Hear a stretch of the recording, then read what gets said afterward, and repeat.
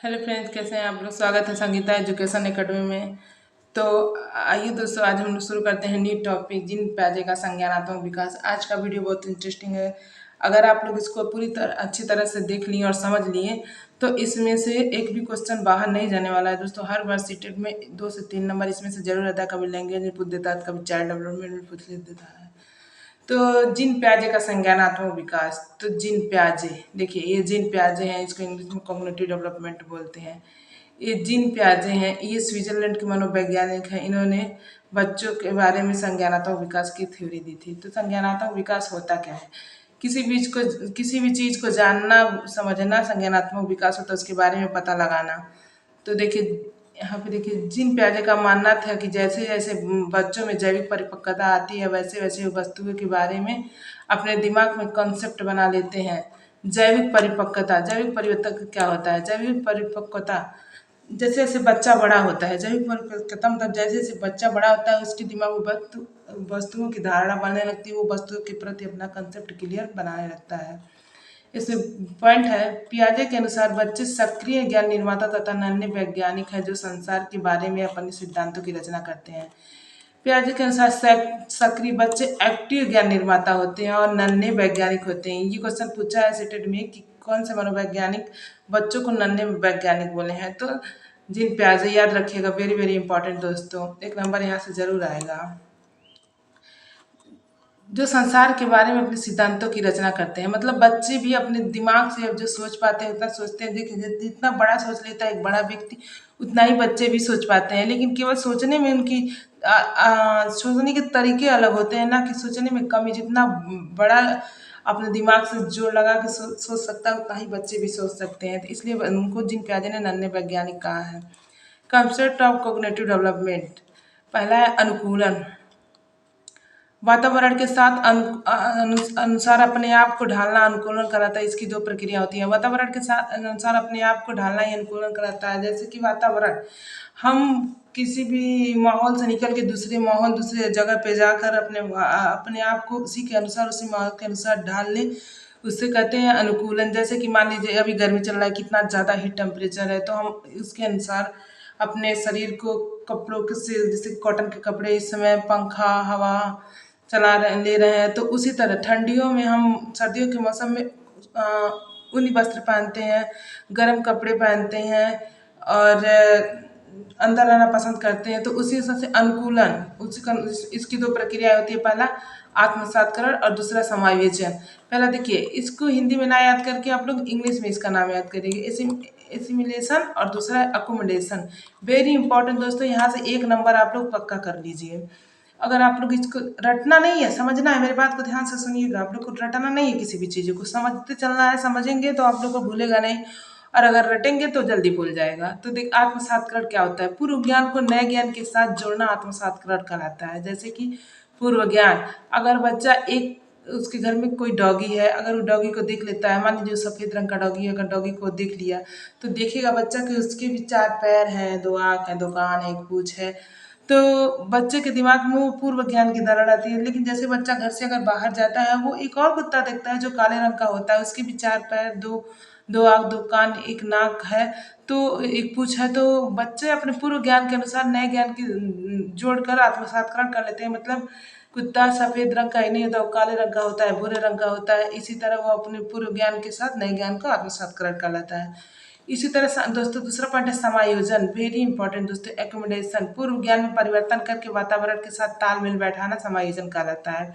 मतलब कि बच्चा मान लीजिए सफेद डॉगी से तो ब्लैक डॉगी तक आ गया, लेकिन अगर बच्चे को पूर्व ज्ञान में परिवर्तन करके वातावरण के साथ तालमेल बैठाना, जैसे मान लीजिए फिर बच्चा बाहर गया, उसने फिर देखा घोड़ा देख लिया, तो वो देखेगा घोड़ा, की घोड़ा भी तो 4 पैर का, उसके भी तो 2 आँखें, 2 कान, एक पूँछ है, तो कुत्ता थोड़ी ना होगा। तो वो समझ गया कि घोड़ा यानी हर 4 पैर वाला, हर 2 आँखों वाला, एक पूँछ वाला जानवर कुत्ता नहीं होगा। यानी वो घोड़ा भी हो सकता है, बिल्ली भी हो सकती है, भैंस हो सकती है। तो वो पूर्व ज्ञान के साथ परिवर्तन करके वातावरण के साथ तालमेल बैठाना, ये समायोजन कहलाता है।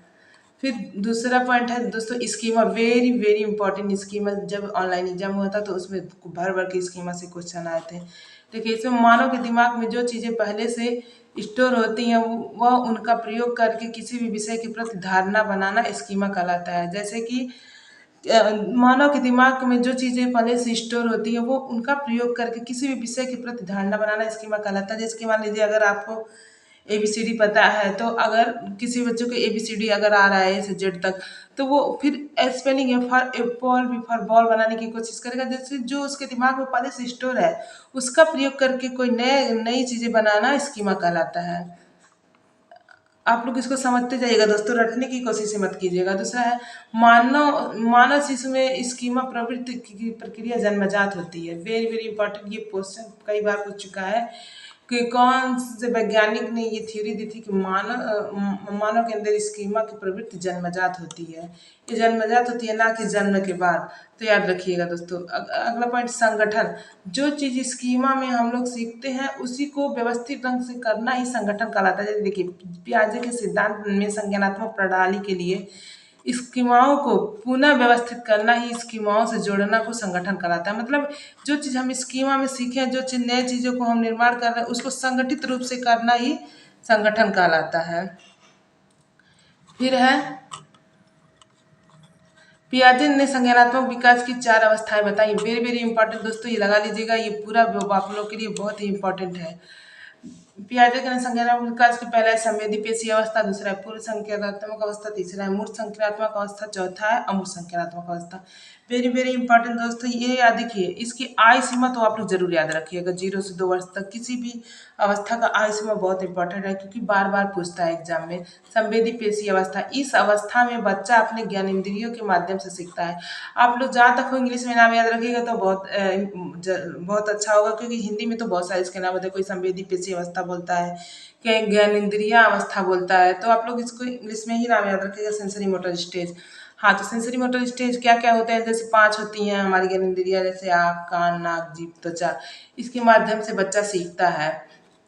देखिए इसमें बच्चे के अंदर वस्तु अस्थायित्व का गुण आ जाता है, बच्चा छिपी हुई वस्तुओं को ढूंढ लेता है। मतलब कि 0 से 2 वर्ष का बच्चा, अगर आप बच्चा इसमें छू कर, देख कर, सुन कर सीखता है, तो इसमें अगर बच्चे के सामने कोई चीज़ अगर वो देख रहा है, जैसे टीवी का रिमोट अगर वो देख रहा है, समझ रहा है उसको, अगर आप उसको दिखा के छुपा दिया तो बच्चा वो अपने सेंसरी ऑर्गन के अनुसार उसको ढूंढ लेगा।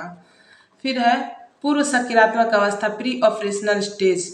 इसको भी दोस्तों ये याद रखिएगा आप लोग।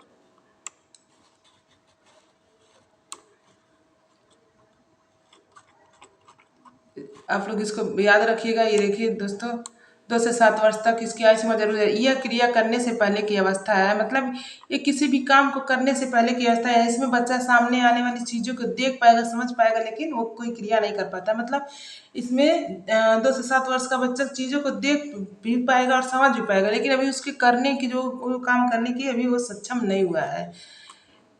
पॉइंट है, इस स्टेज में बच्चा प्रतीकों सिंबल का प्रयोग करने में निपुण हो जाता है। जैसे कि इस स्टेज में बच्चा सिंबल्स का पहचानने लगता है, उसके दिमाग में किसी भी सिंबल का कंसेप्ट क्लियर हो जाता है। ये क्वेश्चन पूछा था एक बार सेटेट में कि किस अवस्था में बच्चे के दिमाग में सिंबल बनना स्टार्ट हो जाता है, और सिंबल की प्रक्रिया के कंसेप्ट को क्लियर कर लेता है। तो प्री मोटर स्टेज में, मतलब पूर्व सक्रियात्मक अवस्था में। जैसे कि बच्चे के दिमाग में बिल्ली, गाय, कुत्ता, खिलौना, साइकिल, किसी भी चीज़ का इमेज बन चुका है। अगर आप लोग बोलते हैं बिल्ली तो उसके दिमाग में सीधे बिल्ली शब्द सुनते ही बिल्ली का फिगर बन जाएगा। अगर आप बोलते हैं साइकिल तो बच्चे के दिमाग में साइकिल का नाम सुनते ही साइकिल का फिगर बन जाएगा। फिर इस अवस्था में लक्ष्य निर्देशित व्यवहार की क्षमता आ जाती है। इस अवस्था में लक्ष्य, बच्चे को क्या पढ़ना है, हमको कैसे क्या करना है, उसमें ये लक्ष्य निर्देशित करने की क्षमता आ जाती है। इसमें है जीवावाद। जब बच्चा सजीव और निर्जीव वस्तुओं में अंतर नहीं कर पाता उसे जीववाद कहते हैं। मतलब जीववाद क्या है, जैसे सजीव और निर्जीव, मतलब इसका मतलब ये है कि जब 2 से 7 वर्ष का बच्चा होता है इस अवस्था में, तो जब 2 से 3 साल के बच्चे होते हैं तो उसको देखो कि अभी सजीव निर्जीव के बारे में उसे पता नहीं रहता। मान लीजिए वो चल रहा है, दौड़ रहा है, तो फर्श पे गिर जाता है, दरवाजे से लड़ जाता है, बेड से लड़ जाता है, तो उसके मम्मी पापा, भाई बहन जो भी उसके घर में होते हैं वो दरवाजे को मारते हैं, दीवार को मारते हैं। तो बच्चे में अभी सजीव निर्जीव के बारे में अंतर नहीं पता है। केवल वो मतलब इसमें बच्चे को पता नहीं है, वो उसको लगता है कि सब चीज़ें सिमिलर है, लेकिन सजीव निर्जीव में अंतर नहीं कर पाता। उसके मम्मी पापा बेड को मारेंगे, दरवाजे को मारेंगे, दीवार को मारेंगे तो बहुत खुश होगा। तो इस अवस्था में जीववाद में बच्चा सजीव निर्जीव के बीच में अंतर नहीं कर पाता। उम्मीद करते हैं आप लोग को समझ में आ रहा होगा। फिर अहम केंद्रित, इस अवस्था में बच्चे अहम केंद्रित में, बार बार क्वेश्चन पूछा है कि किस अवस्था में बच्चों में अहम केंद्रित होती है।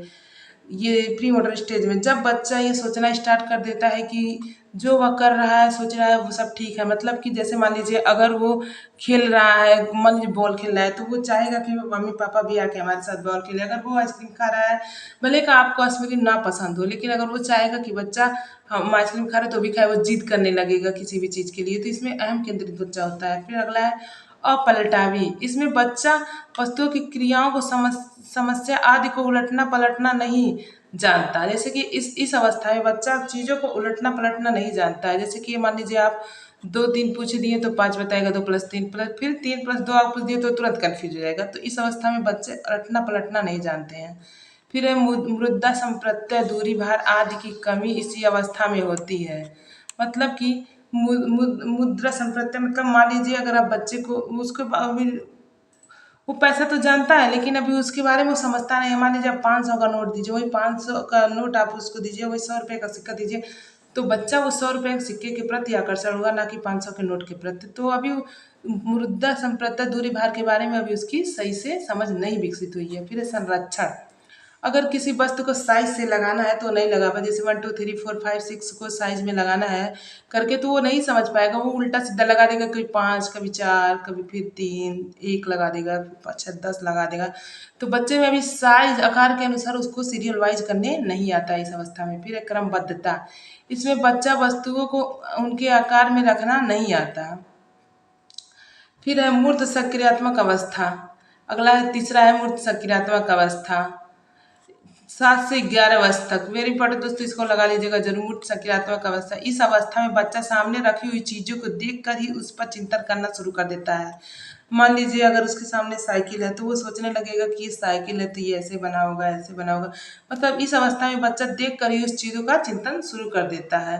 इस अवस्था में जितना भी मतलब पूर्व सक्रियात्मक अवस्था में काम नहीं करता था वो सब काम इस अवस्था में करने में वो सक्षम हो जाता है। जैसे कि इस अवस्था में अपलटावी, जीवावाद, मुद्रा भार, क्रमबद्धता आदि कंसेप्ट का गुण आ जाता है इस अवस्था में।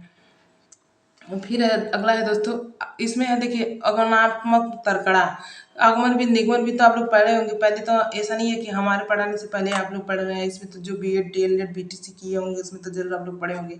तो आगमन विधि में क्या होता है, पहले उदाहरण देना फिर चीज़ों को समझाना। जैसे कि इसी अवस्था में यह तर्क आता है कि जब बच्चा उदाहरण के रूप पे आधारित होकर तर्क करने लगता है। जैसे कि मान लीजिए अगर हमको किसी विषय का पढ़ाना है, किसी सब्जेक्ट के बारे में पढ़ाना, कोई लेसन पढ़ाना है हमें, तो पहले उस लेसन का फुल एग्जाम्पल उसको देंगे, फिर उसकी थ्योरी हम बताएंगे। जैसे मान लीजिए हमें पेड़ पढ़ाना है तो पेड़ के बारे में पहले हम बच्चे को फिगर दिखा देंगे, फिगर के माध्यम से बता देंगे कि उसकी पत्तियां हैं, फिर ये डाल है, ये टहनियाँ हैं, फिर उसके अंदर की चीज़ों के बारे में हम बताएंगे। जैसे कि पेड़ अगर बच्चों को बताया जाए, बच्चों से एग्जाम्पल देके बताया जाए पेड़ जरूरी है या नहीं हमारे लिए, तो बच्चा का आंसर आएगा जरूरी है।